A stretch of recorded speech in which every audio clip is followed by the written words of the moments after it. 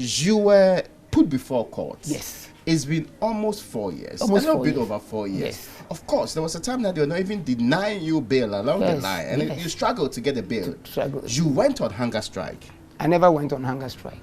But we're told that you were on hunger strike. I decided not to eat at BNI for 5 days. Oh, okay. And that was a personal decision.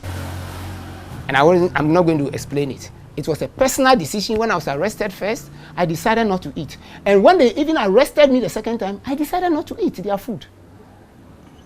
And I wouldn't explain why I didn't want to. Why you suspected the food? I didn't want to. I could not trust people who were fabricating Or you stories. were fasting? No, I was never fasting.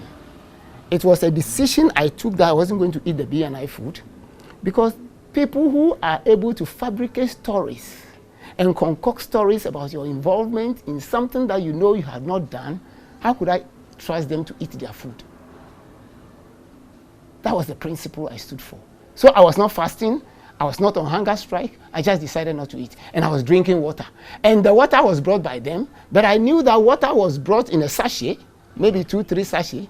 So anybody could just pick and drink. And that's what all of us were doing. So I drank a lot of water. That sustained me, and I was even stronger than those who were eating. Tell me about your time under some of these conditions. How was it like? I would say that it was inhumane. You were not allowed to, you didn't know the time.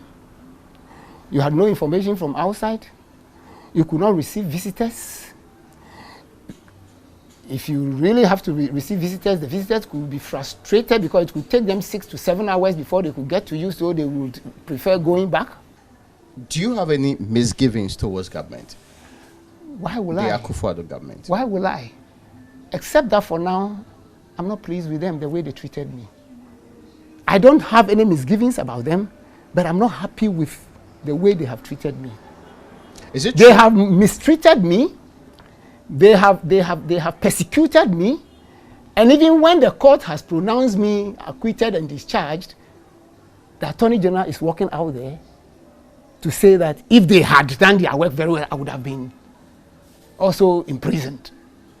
How could you be doing this kind of thing? If he's the Attorney General, if he had anything else, if he had some problem with the judgment, he knows what to do. Go to the Supreme Court.